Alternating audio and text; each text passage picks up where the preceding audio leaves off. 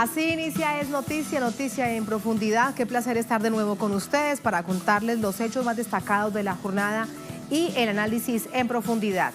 En este momento, a partir de este momento y en la próxima hora, con un país y tres aristas, les hablamos de Estados Unidos, la primera arista en titulares. ¿Qué está en juego en las elecciones de medio término de este martes, dentro de unas horas? Aunque no se vota por el presidente Donald Trump, sin duda estos comicios legislativos tienen todo que ver con él y con sus políticas extraconservadoras. Tenemos el análisis. Segunda arista de los Estados Unidos, uno de los temas centrales de la campaña electoral es la migración y por supuesto la caravana migrante que busca llegar a los Estados Unidos. Por eso nos preguntamos qué pueden y qué no pueden hacer los soldados norteamericanos en la frontera con México. Vamos a verlo. Y tercera arista, con México como centro, la pugna entre republicanos y demócratas tiene sin duda una novedad: el ascenso de los demócratas socialistas, que por primera vez pelean codo a codo con políticos tradicionales por curules en el Congreso y en las gobernaciones. ¿Quiénes son? ¿De dónde vienen? ¿Quiénes están detrás de ellos? ¿Cuáles son las figuras más representativas? Hay mucho por contarles aquí en Noticia, que así comienza. Bienvenidos, bienvenidas.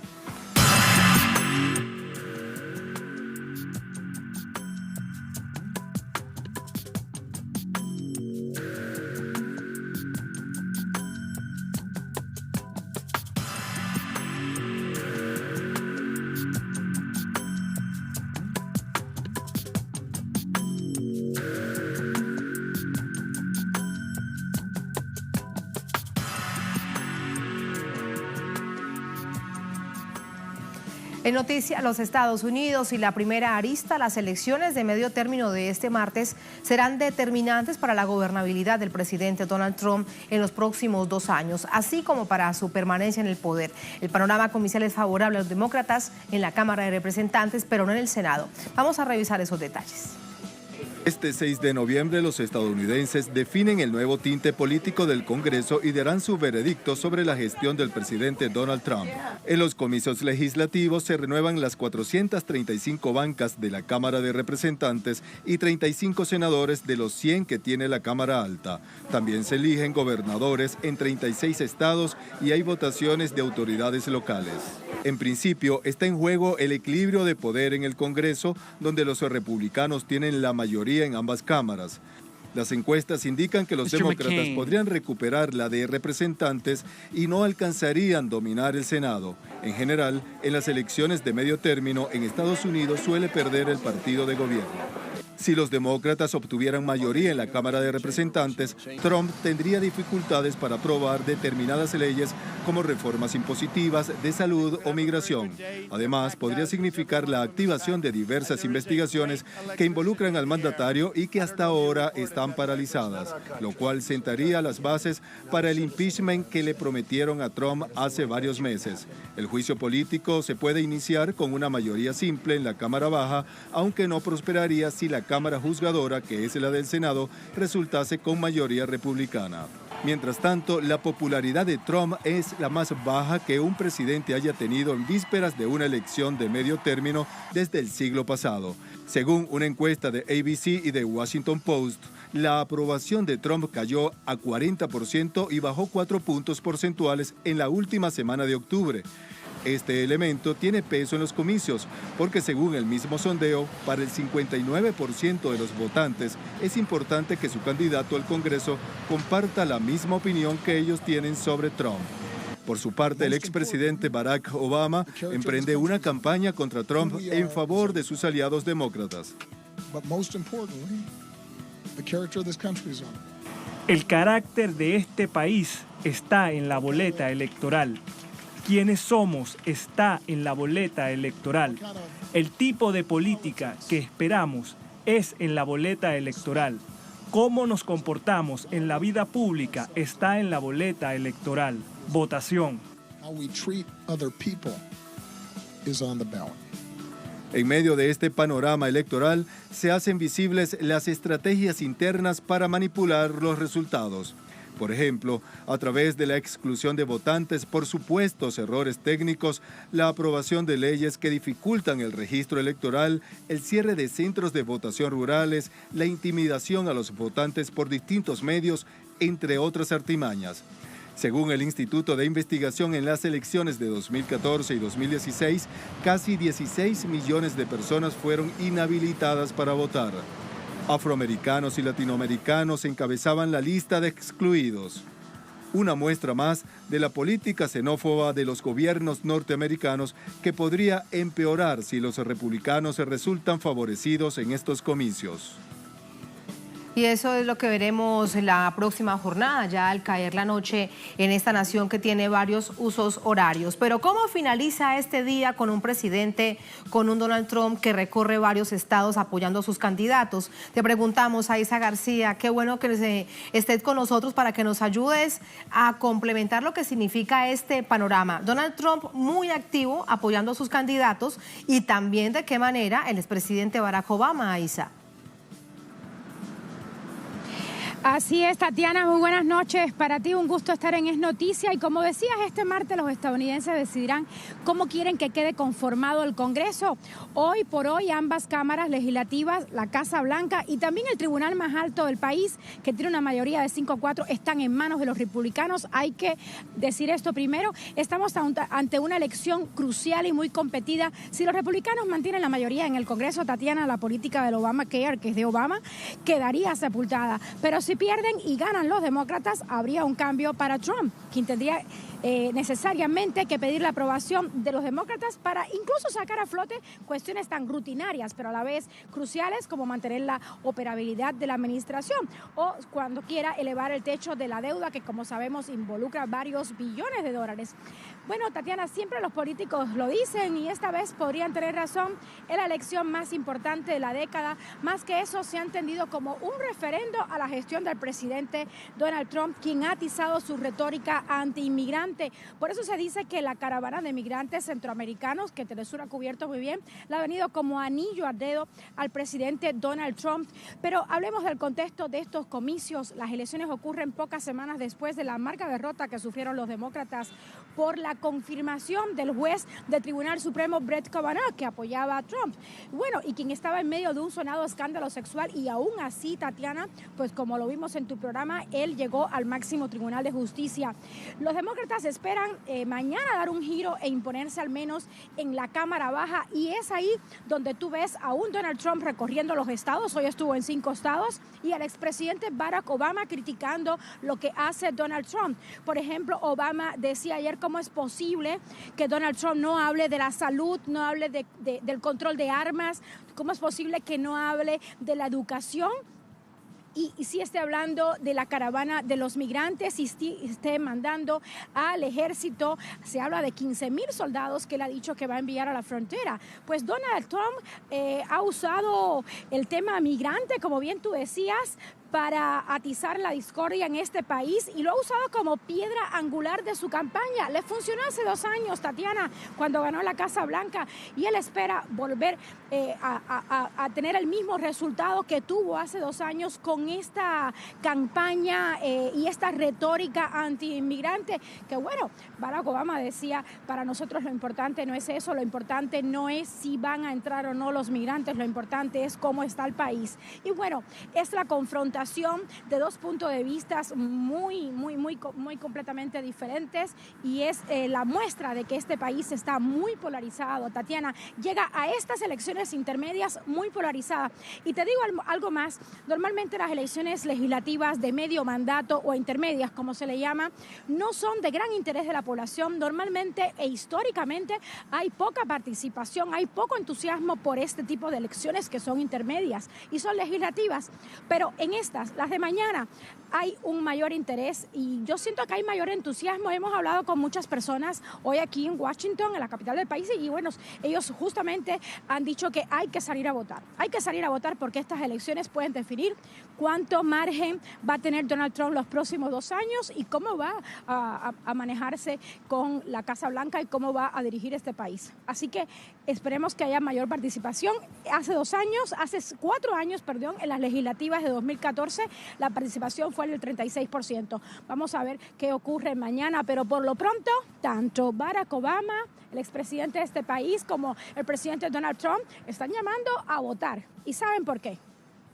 cada uno sabe exactamente en qué lugar de la historia están ubicados. Brevemente quiero preguntarte algo. ¿Cuáles son los temas más importantes para la población en este momento? Porque, de hecho, bien lo dices, nos lo has explicado, el presidente Trump pone en el centro la caravana migrantes para criminalizar a todo lo que se mueva en ese entorno, para decir que son los culpables de todos los males que tiene Estados Unidos. Pero la gente en Estados Unidos, ¿qué quiere escuchar? ¿De cuáles temas necesita respuestas?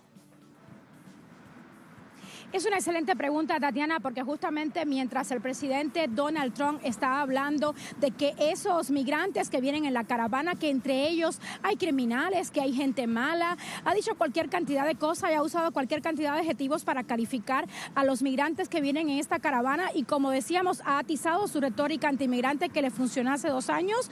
Por otro lado, los norteamericanos, los estadounidenses dicen, bueno, ese no es el problema central de este país, donde hay 40 millones de pobres, hay 18.5 millones de personas que viven en extrema pobreza, ni siquiera en pobreza, en extrema pobreza. Entonces estamos en un país donde hay muchísimas personas que están viviendo en la calle y bueno, esos son los problemas que le interesan. ¿Cómo van a resolver su situación personal? ¿Qué van a llevar a su casa? ¿Qué se van a meter al bolsillo? ¿Qué van a comer cada día? Los temas de la vivienda también interesan mucho, los temas de la diversidad sexual, esos son los temas que están importando hoy en este país y no tanto al estadounidense directamente el tema de qué pasa con la caravana de migrantes y si Trump los deja entrar o no a este país, Tatiana.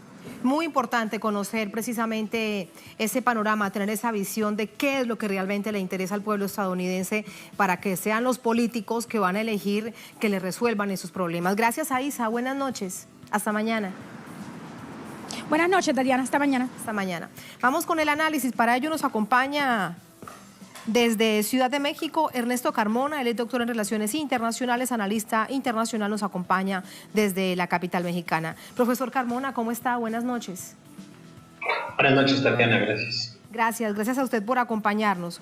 Le preguntábamos a nuestra corresponsal precisamente lo que está en juego para tratar de entender lo que significan estas elecciones de medio término, así que desde esta arista quiero preguntarle, ¿cuál es la real posibilidad? Porque las encuestas no son muy claras en la conformación, producto de las campañas, de la política, de quiénes se enfrentan con quiénes, de cómo quedará conformada la Cámara de Representantes. ¿Cuál es su visión? Pues mira, desde mi punto de vista, lo que se está jugando ahora es, bueno, obviamente, como ya se ha mencionado, es una especie de referéndum sobre el mandato del presidente, y en ese sentido pues es hasta cierto punto tradicional que cada elección de medio término pues lo que está en juego es la aprobación o desaprobación de los 2 primeros años de la gestión del presidente en turno. A mí me parece que los temas que están en juego o que están determinando el voto de los estadounidenses en esta elección son básicamente 3. Uno es la economía, el segundo es la reforma del sistema de salud, y por último la cuestión de la migración y la seguridad de las fronteras. En el primero, en la cuestión económica, de acuerdo a las estadísticas y los datos que nos ofrecen los organismos gubernamentales de Estados Unidos, el presidente tiene una alta aprobación porque, por lo menos por el momento, la economía va bien, el empleo va bien y el poder adquisitivo se está recuperando. En ese sentido, normalmente es lo más determinante para decidir el voto de los norteamericanos. Eso puede favorecer al presidente. El segundo tema en la lista de prioridades es la reforma al sistema de salud, y aquí es donde el presidente tiene problemas, porque la mayoría de los estadounidenses no está de acuerdo con la reforma que está impulsando. Es por eso que el presidente está tratando de aprovechar la coyuntura con la caravana migrante y tratando de saltar el miedo y el temor y el discurso de que están sufriendo una invasión de migrantes centroamericanos y que México no está haciendo nada, para decir que él sí tiene la solución a este problema, principalmente porque en este tema el presidente sí tiene una mayor aprobación, los republicanos tienen una mayor aceptación con sus políticas de mano dura y de seguridad en la frontera. Es por eso que todas estas acciones de sellar la frontera, mandar militares, el discurso del precioso alambre de púas, pues tiene toda la intención de ser un discurso electoral que sustituya al tema de la reforma del sistema de salud y ponga como segunda prioridad la migración y eso les haga reducir el margen. Yo creo que en Estados Unidos Donald Trump sabe, y los republicanos saben, que van a perder el Congreso, la Cámara Baja, pero quieren perderlo por un menor margen. Y lo que sí es muy probable es que mantengan la mayoría en el Senado, lo cual pues les da un margen más amplio para seguir implementando sus políticas, sobre todo la reforma del sistema de salud y otros. Profesor Carmona, son 10 cargos en particular que se juegan entre republicanos y demócratas en el Senado. ¿Hasta dónde realmente podrá incidir este nuevo protagonismo, el de los últimos días del expresidente Barack Obama? Para mi gusto, el presidente Barack Obama se suma un poco tarde a la campaña. Sin embargo, pues su política él se retiró con una alta aprobación, aunque eso no se vio reflejado en las elecciones de 2016. El presidente tiene un bono político muy alto, sin embargo, aquí hay algo que podría sorprender otra vez a los estadounidenses como en 2016, que es el voto oculto. Es decir, Barack Obama tiene una gran penetración entre la comunidad latina, obviamente entre la comunidad afroamericana, pero hay entre estas comunidades hubo un voto oculto que votó por Donald Trump, que normalmente no, en las encuestas no se refleja porque la gente se siente avergonzada de apoyar abiertamente a Donald Trump, sobre todo de estas comunidades, pero a la hora de estar frente a la boleta electoral sí podrían dar el apoyo a los republicanos porque entre sus prioridades está más el tema económico o el tema de la migración. Si la estrategia del presidente Donald Trump funciona, pues entonces estos temas serán más determinantes. Y la figura de Barack Obama podría diluirse en este debate. Profesor Carmona, con respecto al sistema de salud que solo funciona para un escaso porcentaje de la población estadounidense, resulta realmente paradójico que vayan a votar por aquellos que precisamente no hacen nada para que el sistema de salud mejore. Sí, yo creo que es por eso que yo mencionaba que la reforma del sistema de salud es uno de los puntos débiles del presidente Donald Trump. Y él por eso trata de eludir ese tema y centrar el debate en la cuestión de la migración y la seguridad de la frontera. Y Barack Obama llega a reforzar el tema de la migración. El propio programa del sistema de salud tiene como nombre Obamacare, que se relaciona directamente con el expresidente. Y efectivamente, si logran los demócratas en este corto periodo entre hoy y mañana hacer que la población voltee a ver ese tema como una prioridad primordial antes que el tema de la seguridad, pues entonces podrán ampliar su margen en cuanto a los escaños que puedan obtener en el Congreso principalmente y en el Senado, tratar de revertir la tendencia que parece ya un poco firme de que los republicanos no perderían la mayoría. Me queda una pregunta con respecto a la situación económica del país. Medios locales dicen que se está pasando por un muy buen momento económico, dejando atrás la mala racha del 2008, 2009 y 2010, y que esto se refleja en un mayor nivel de empleo para los estadounidenses. ¿Cuál es la realidad, la verdad de todo esto? Porque hay un asunto, según las encuestas oficiales, los sondeos oficiales, se ha aumentado el empleo, pero no aumenta la exigencia de la necesidad, por ejemplo, de aumentar el salario mínimo. Sí, efectivamente, aquí hay diferentes datos. Por lo menos en la apariencia, la economía parece marchar con plenitud, hay mayor empleo. No necesariamente se ha recuperado el poder adquisitivo, como a veces en algunas encuestas dicen que sí, otras que no, pero por lo menos no están a los niveles de antes de la crisis de 2008.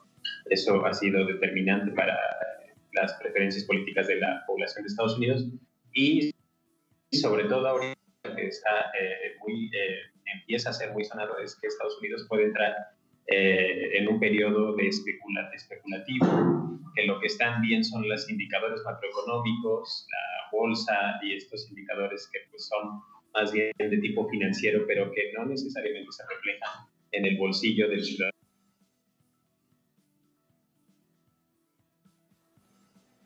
Profesor Carmona. Bueno, lo hemos perdido en la parte final de esta entrevista. ¿Nos quedamos con él vía telefónica? Muy bien, me dicen que no. Nos vamos entonces a la mesa para compartir con ustedes la información que tenemos a propósito de estas elecciones decisivas, determinantes de medio término en Estados Unidos, agradeciéndole como siempre al doctor Carmona, al profesor Carmona, por habernos acompañado y ayudarnos a entender en esta primera arista lo que está en juego en Cámara de Representantes y en el Senado y cómo se mueve la balanza entre republicanos y demócratas. Aquí tenemos el titular: ¿por qué son importantes las elecciones de medio término en los Estados Unidos? Los estadounidenses participarán este martes en las elecciones para renovar 435 escaños en Cámara, un tercio del Senado, 35 del Congreso, 36 gobernadores y más de 200 alcaldes. Los comicios son determinantes para el presidente Trump, ya que la nueva estructura de la Cámara de Representantes y el Senado definirá el respaldo o rechazo a sus políticas gubernamentales si ganan los candidatos republicanos o demócratas respectivamente. Ese es el punto clave. Entre los principales temas que influyen en el voto de este 6 de noviembre incluyen el desarrollo de la economía, política migratoria, participación femenina y un posible impeachment o juicio político a el presidente de los Estados Unidos, a Donald Trump. Muy bien, así nos vamos a la primera pausa. En Noticia, recuerden ustedes, con un solo país y 3 aristas, la segunda de ellas, allí la tienen. Uno de los temas centrales de la campaña electoral en Estados Unidos es la migración y, por supuesto, la caravana de migrantes de centroamericanos que buscan llegar a los Estados Unidos. La primera de ellas, por ejemplo, que se dividió, ya estaba llegando a Ciudad de México. Por eso nos preguntamos qué pueden y qué no pueden hacer los soldados norteamericanos en la frontera con México, la frontera sur de su país, México con norte, directamente relacionado con un asunto que preocupa tanto a estos centroamericanos. ¿Será que los soldados podrán disparar como lo hemos visto en Oriente Medio? Bueno, vamos a ver lo que dice la Constitución de Estados Unidos. Al volver ya venimos.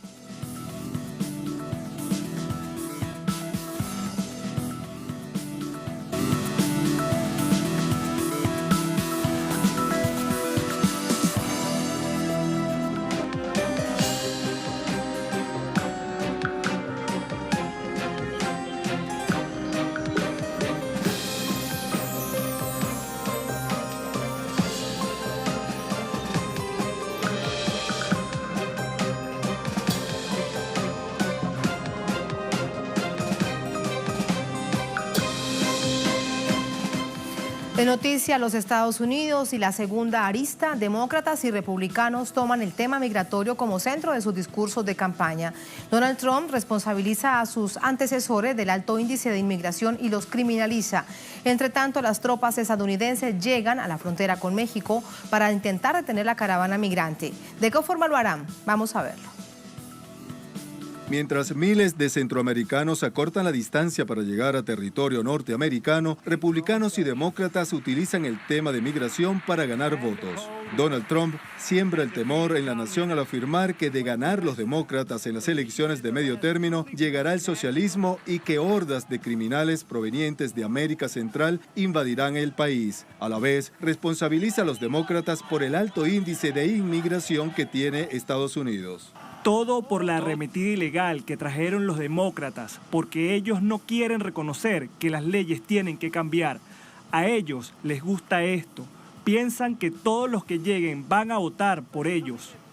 Su antecesor Barack Obama, uno de sus más duros contendores demócratas, minimizó los comentarios de Trump. Están diciendo que es la amenaza más grave para los Estados Unidos. Es un grupo de pobres, refugiados hambrientos a miles de millas de distancia. Para cumplir la orden emitida por Trump, tropas con al menos 8,000 soldados ya se encuentran en la frontera con México a la espera de las caravanas de migrantes. El despliegue se extenderá a lo largo de la frontera con México en los estados de California, Arizona, Nuevo México y Texas. Desde la Casa Blanca, Trump ha amenazado a la caravana con utilizar armas de fuego de ser necesario. No lo vamos a tolerar. Si tiran piedras a nuestros militares, ellos responderán. Lo consideraremos como un rifle. Cuando tiren piedras, como hicieron contra la policía y el ejército mexicano, lo consideraremos rifles. De cumplirse las advertencias de Trump, se violaría la ley Posse Comitatus de 1978, la cual prohíbe que los militares realicen acciones que corresponden a las fuerzas de orden civiles, como la detención o procesamiento de migrantes. El jefe del Comando Norte del Ejército, Torrence O'Shaughnessy, afirmó que la operación denominada Patriota Fiel cuenta con batallones del Cuerpo de Ingenieros del Ejército para identificar rutas e instalar vallas para prevenir la entrada de los migrantes. Helicópteros Black Hawk con visión nocturna y sensores de movimiento con capacidades similares a los usados en la guerra también se desplazan en la frontera. Todo indica que se preparan para una cacería. Y en medio de todo esto que ustedes han visto, como ya comienza ese despliegue de las tropas norteamericanas, hasta 15.000, según nos relataba hace minutos nuestra corresponsal en Washington, Aisa García, la caravana de migrantes, ya 4 en total, avanzan en ese intento por llegar hasta la frontera con los Estados Unidos. En uno de esos recorridos está un periodista de Telesur, Eduardo Martínez, que nos amplía a esta hora. Eduardo, ¿desde dónde? Buenas noches, ¿qué pasa allí? Hola Tatiana, un gusto saludarte, un gusto saludar al auditorio de Es Noticia. Nosotros continuamos siguiendo esta caravana migrante. El día de hoy partimos en punto de las 5 de la mañana desde Córdoba, en el estado de Veracruz. Acompañamos a los integrantes de este éxodo centroamericano que atravesaron distintos estados del territorio mexicano. La mayoría lo hizo en aventones, en jalones, como dicen los hondureños, y también puedo decirte que algunos tuvieron que caminar parte de los tramos, también lo tuvieron que hacer a pie, porque era muy complicado poder subir a un vehículo que les permitiera ir más rápido y también llegar pues lo más pronto posible hasta este albergue que ha sido ubicado al oriente de la capital mexicana. Hasta este momento, Tatiana, cuando en este país son en la hora del centro, son cerca de las 8 de la noche ya, está llegando todavía gente que viene desde esta parte del sur del territorio mexicano hasta este albergue que, por lo que podemos observar, ha sido ya rebasado en su capacidad. Aquí la Comisión Nacional de Derechos Humanos había señalado que estaría albergando a unas 5,000 personas. Por otro lado, también hay quienes ya están pidiendo a la sociedad mexicana que se solidarice y que comience a traer hasta acá víveres, también ropa, cobijas, y sobre todo lo que nos han señalado es que hace falta muchos productos para atender a los niños. Recordemos que de acuerdo con la UNICEF, aquí en esta caravana vienen cerca de 2,000 menores. Ellos son los que tienen la mayor vulnerabilidad de acuerdo con lo que han señalado estas autoridades de la ONU, y por supuesto que nosotros hemos podido ser testigos de que realmente es así, porque hemos visto en cada poblado donde ellos hacían una parada cómo eran los que estaban siendo atendidos con mayor regularidad. Tatiana, puedo decirte que hasta este momento la situación se mantiene en calma, sin embargo hay una preocupación importante. El defensor del pueblo, de los derechos humanos del pueblo de Oaxaca, que ha venido acompañando esta caravana, ha hecho la denuncia de que hay 100 migrantes desaparecidos. Hasta este momento se desconoce el fin que tuvo un camión que los transportaba, y hay quienes ya están vertiendo algunas versiones de que pudieron haber sido víctimas de la delincuencia organizada que opera en este territorio mexicano, en especial en el estado de Veracruz y en el estado de Puebla, donde sabemos que hay batallas importantes por el manejo de los mercados internos y de las rutas también de la droga, pero también con una lucha que tiene que ver con el robo de combustible. Muy grave esto que nos está relatando. Son 100 personas desaparecidas, todas en una misma zona, todas se subieron a un mismo camión hacia una misma ruta. ¿Y qué dicen las autoridades mexicanas? Hasta este momento, Tatiana, las autoridades no se han pronunciado al respecto. Han sido esta organización, la Defensoría del Pueblo, de los Derechos Humanos del Pueblo de Oaxaca, quien ha hecho la denuncia, pero también ya se ha sumado a los pronunciamientos que se han hecho también la Oficina del Alto Comisionado para los Derechos Humanos de la ONU en México. Ellos están pidiendo precisamente a las autoridades competentes que inicien las investigaciones necesarias para poder dar con el paradero de estas 100 personas que salieron desde el poblado que se conoce como Ciudad Isla en el estado de Veracruz y que no han llegado tampoco aquí hasta este albergue de la capital mexicana, y ya la mayor parte de los integrantes de la caravana se encuentran precisamente aquí en esta parte del oriente de la capital. Muy pendientes de esa denuncia, si hay información de las autoridades, porque realmente qué situación tan dolorosa, sobre todo cuando se conoce la historia de los desaparecidos en México. Gracias, Eduardo, por todo ese panorama, por este reporte. Muy buenas noches. Buenas noches. Buenas noches. Vamos con el análisis. Para ello nos acompaña el doctor Lajos Sasdi León Borja, profesor de la Universidad Interamericana de Puerto Rico, analista especializado en asuntos de seguridad, precisamente con nosotros desde San Juan. Doctor Lajos, ¿cómo está? Buenas noches. Buenas noches, gracias por invitarme. A usted muchas gracias. Doctor Lajos, nos preguntábamos en titulares, ¿qué pueden hacer, qué no pueden hacer? Me refiero a lo legal, a lo constitucional, los soldados estadounidenses una vez llegue la caravana migrante y se encuentren con ellos del otro lado de la cerca, de las rejas, en el punto en donde estén.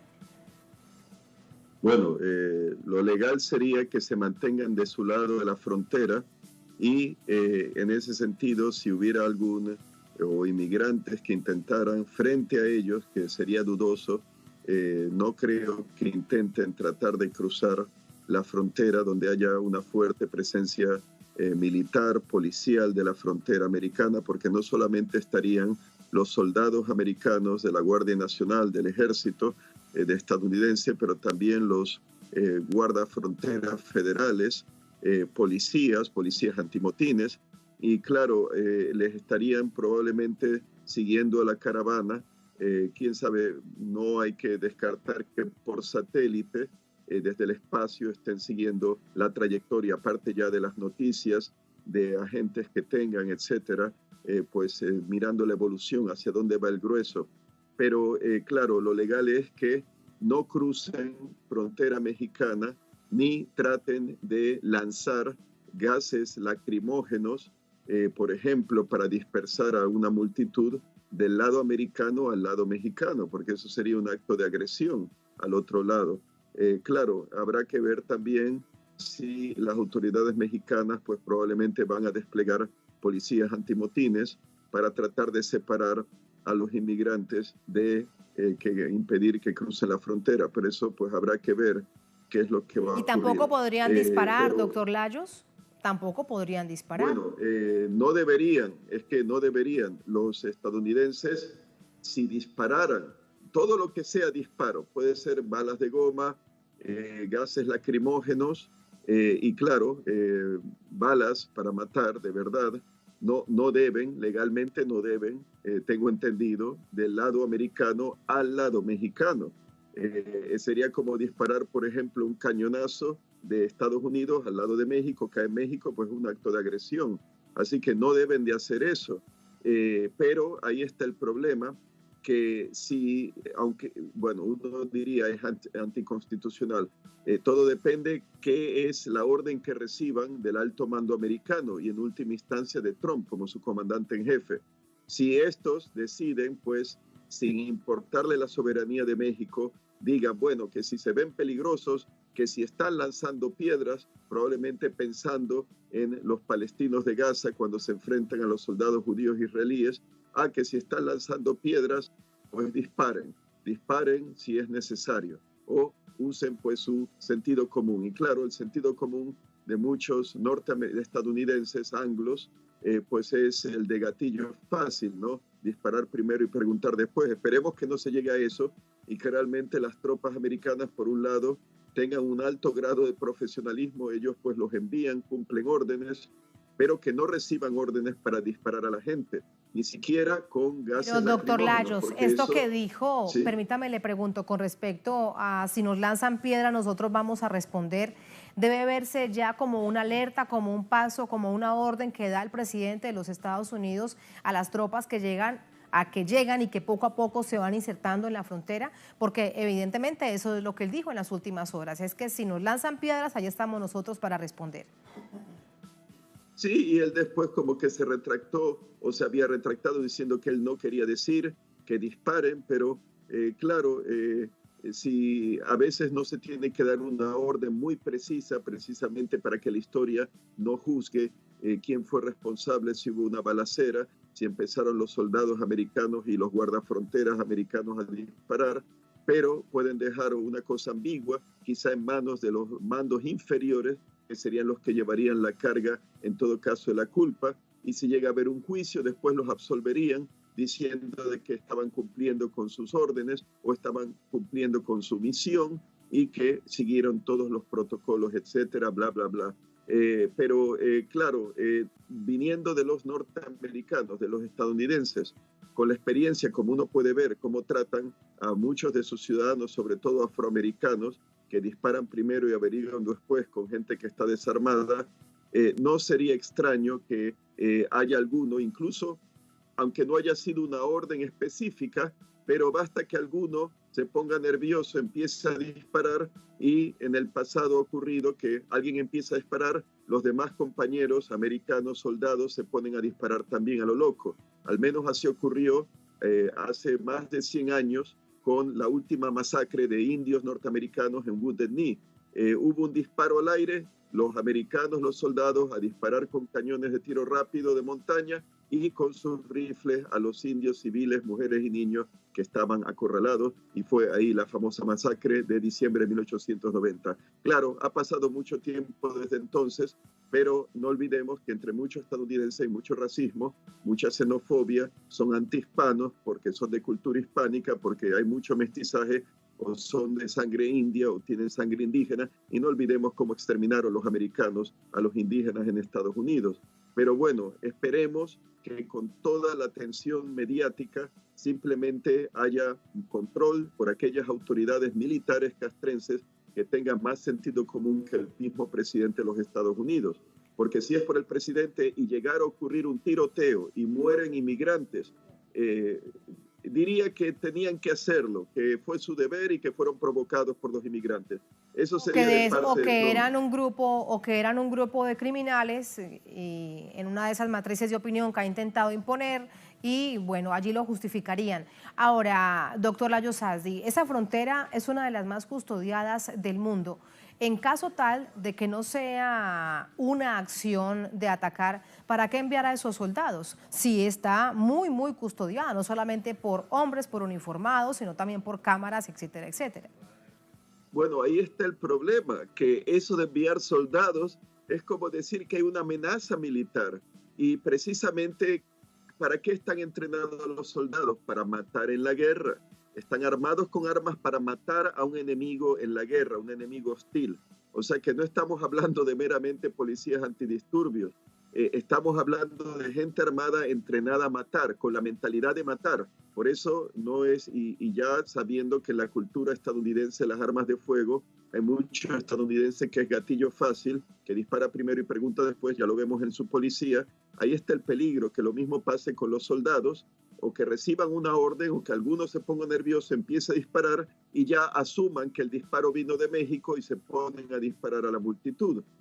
Pero bueno, la cosa es que ahí está la mentalidad que tiene Trump y muchos angloamericanos de ver a los inmigrantes hispanoamericanos, mexicanos, centroamericanos que cruzan la frontera con Estados Unidos desde México como una invasión.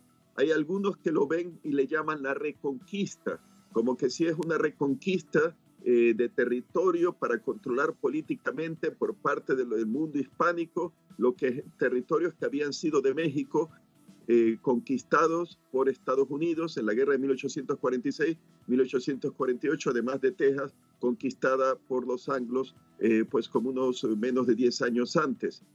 Pero el punto es que es esa actitud. Primero enviar soldados que son para matar enemigos. Ven a los inmigrantes como invasores, cuando la mayoría, pues básicamente todos son hombres, mujeres y niños, y son civiles que están desarmados y buscan solamente una vida mejor.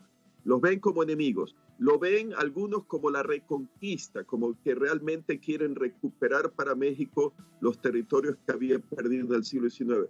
Cuando la inmensa mayoría de ellos, básicamente todos lo que quieren es una mejor vida, oportunidades económicas, se creen, pues el cuento es la historia del sueño americano, de que, bueno, y realmente los inmigrantes que van logran entrar a Estados Unidos, sea por las buenas o por las malas, y logran establecerse, logran hasta cierto punto ese sueño trabajando duro, haciendo los trabajos que los anglos no quieren hacer, ni blancos ni negros, o incluso los mismos hispanos estadounidenses ya. Y entre otras cosas, profesor Lajos, no son la mayoría mexicanos, casi el 100%, unos pocos mexicanos en esta oportunidad, pero la mayoría, evidentemente, como bien reflejan las estadísticas, son centroamericanos. Ahora habrá que ver cuál es la decisión dentro de un mes aproximadamente que llegue esta caravana a la frontera. Justo coincidirá con la posición oficial de Andrés Manuel López Obrador como presidente de la nación. Así que hay un punto importante para revisar. Sí, una cosa más. Lo peligroso también es el despliegue de milicianos blancos angloamericanos, como los llamados Minutemen. Hay milicias de Texas incluso que se están desplegando. Se habla incluso que la vía más corta para entrar en Estados Unidos sería por Tamaulipas, el estado más oriental de Estados Unidos, más al este. Probablemente por Reynosa, por Laredo. Pero bueno, en todo caso es el peligro de los milicianos, porque esos son antihispanos, son racistas, son xenófobos. Esos no tendrían ningún problema en disparar sin ser provocados tan solo para matar a un inmigrante hispanoamericano. No olvidemos que exterminaron a los indios. Muchos de estos inmigrantes son o indios o mestizos, tienen sangre india. Hay ese racismo, ese odio xenófobo por parte de un cierto grupo, cierto número de la población norteamericana. Y no olvidemos los guardafronteras federales. No olvidemos el linchamiento de Anastasio Hernández Rojas en tiempos creo que de Barack Obama, y que creo que Loretta Lynch, que estaba en el gobierno de Obama, él dejó por libres a los guardias federales, guardafronteras federales americanos que lincharon a este inmigrante mexicano que se hizo famosa su historia porque le grabaron con video y con audio como el pobre hombre pedía que no le pegaran, que no le siguieran torturando. Y por resulta de esa golpiza y linchamiento murió. Claro, precisamente por todas esas historias es que hay tal nivel de alerta con respecto a qué hará y cómo atender la situación de los soldados norteamericanos en esta frontera. Doctor Lajos, gracias por ese análisis. Buenas noches. Gracias a ustedes. Gracias a usted. Así nos vamos a la segunda última pausa en esta emisión de Noticia con un tema central, un país, Estados Unidos, a propósito de las elecciones de este martes. Comienzan dentro de unas horas esas conocidas de medio término legislativas y la tercera arista. Miren ustedes qué interesante a nivel político lo que sucede. La pugna entre republicanos y demócratas tiene una novedad. El ascenso de los demócratas socialistas que por primera vez pelean codo a codo con políticos tradicionales por curules en el Congreso y en las gobernaciones. ¿Quiénes son? ¿De dónde vienen? Vamos a verlo al volver en Es Noticia.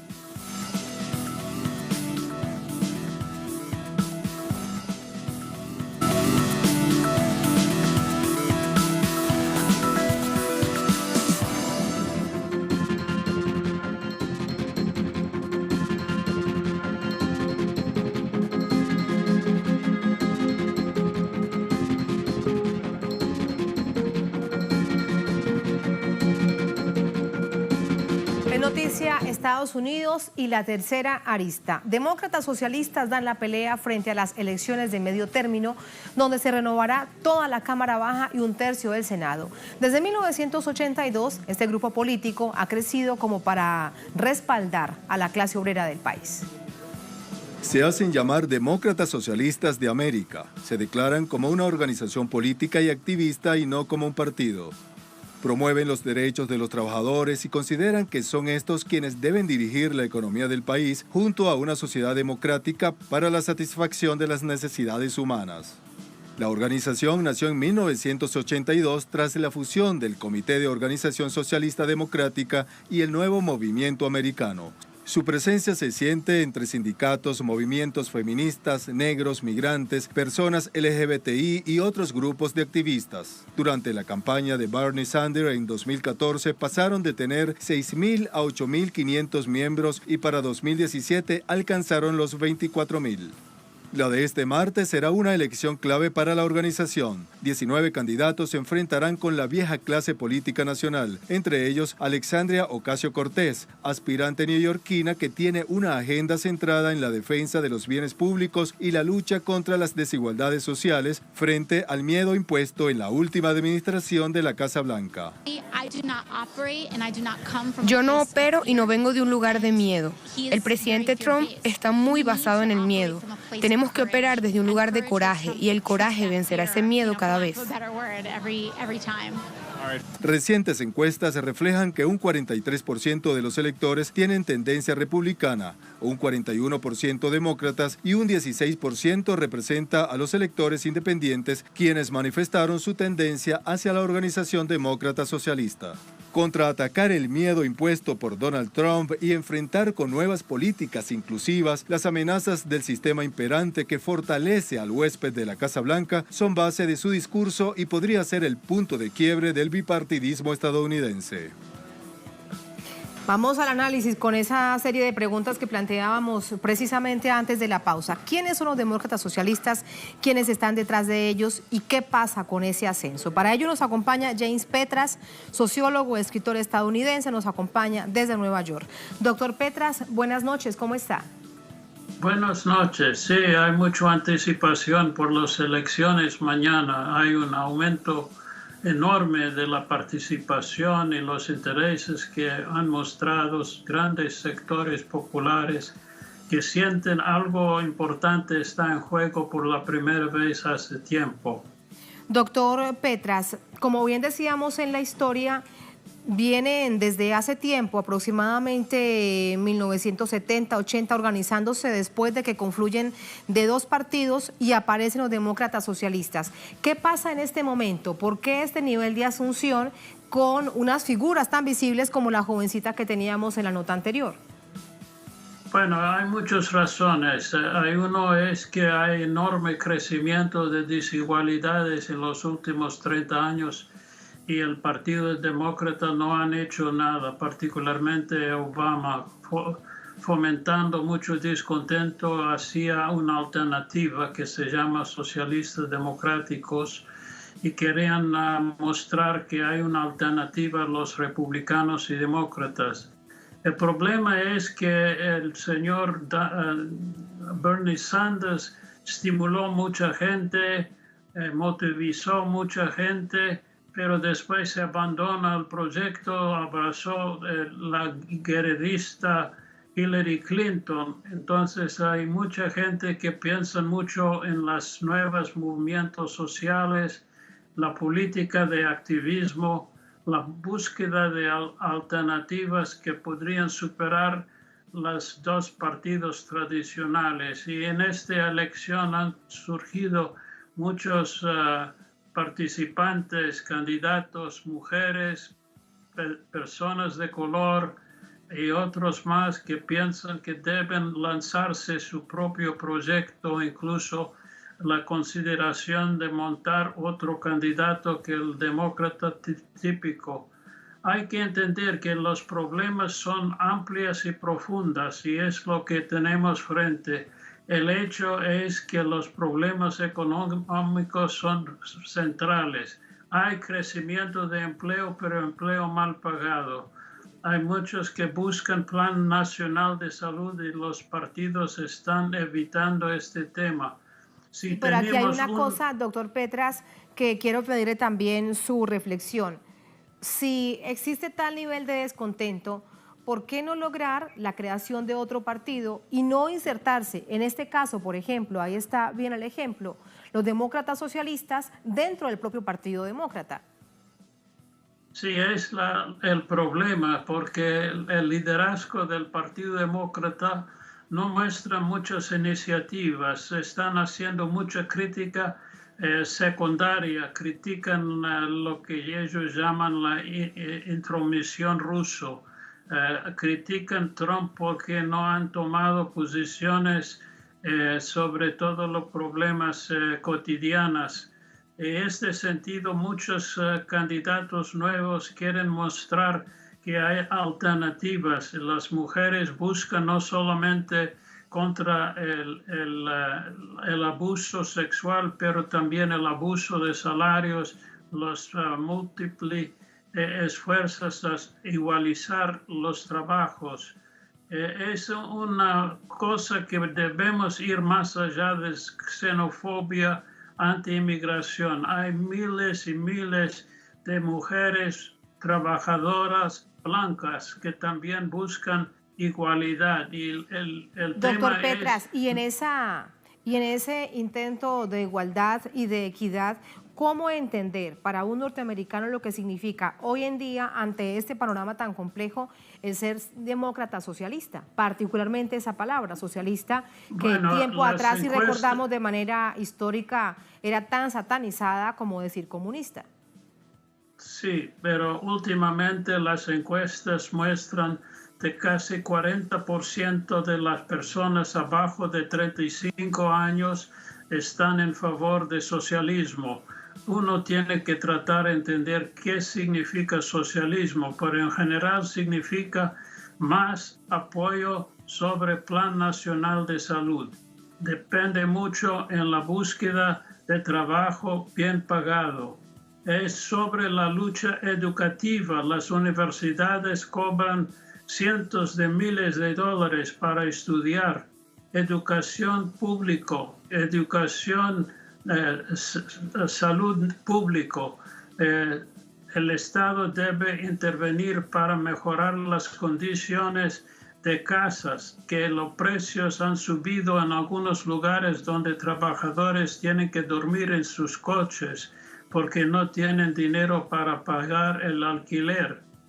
Hay estos temas profundos que los partidos tradicionales, demócratas, republicanos, no han dado suficiente atención. Por ejemplo, ningún candidato demócrata o republicano han dicho que debemos tener un plan nacional de salud para todos. Solo minorías de los socialistas demócratas han hablado de un plan nacional de salud, y eso son las claves para que el Partido Demócrata pueda recibir algún respiro. Pero en vez de eso tocan guitarra sobre los rusos, y eso no interesa a ninguna persona en las clases populares. Los vemos de nuevo, tanto como con republicanos, alejados de las necesidades profundas de esta Estados Unidos profunda, que se reflejan precisamente en esta nueva iniciativa, y veremos cómo quedan en los resultados de estas elecciones del martes. Doctor Petras, muchas gracias por ese análisis. Muchas gracias. Gracias. Un abrazo. Chao. Gracias a usted. Hasta luego. Gracias también a ustedes por habernos acompañado. Así ponemos punto final a esta emisión de Noticias. Cerramos nuestra pantalla tradicional. Nos quedamos en redes sociales, @NoticiaTelesur, @TatianaTelesur. Durante esta jornada, otro hecho fue noticia importante desde la perspectiva geopolítica. Ahí van las imágenes. Hasta mañana.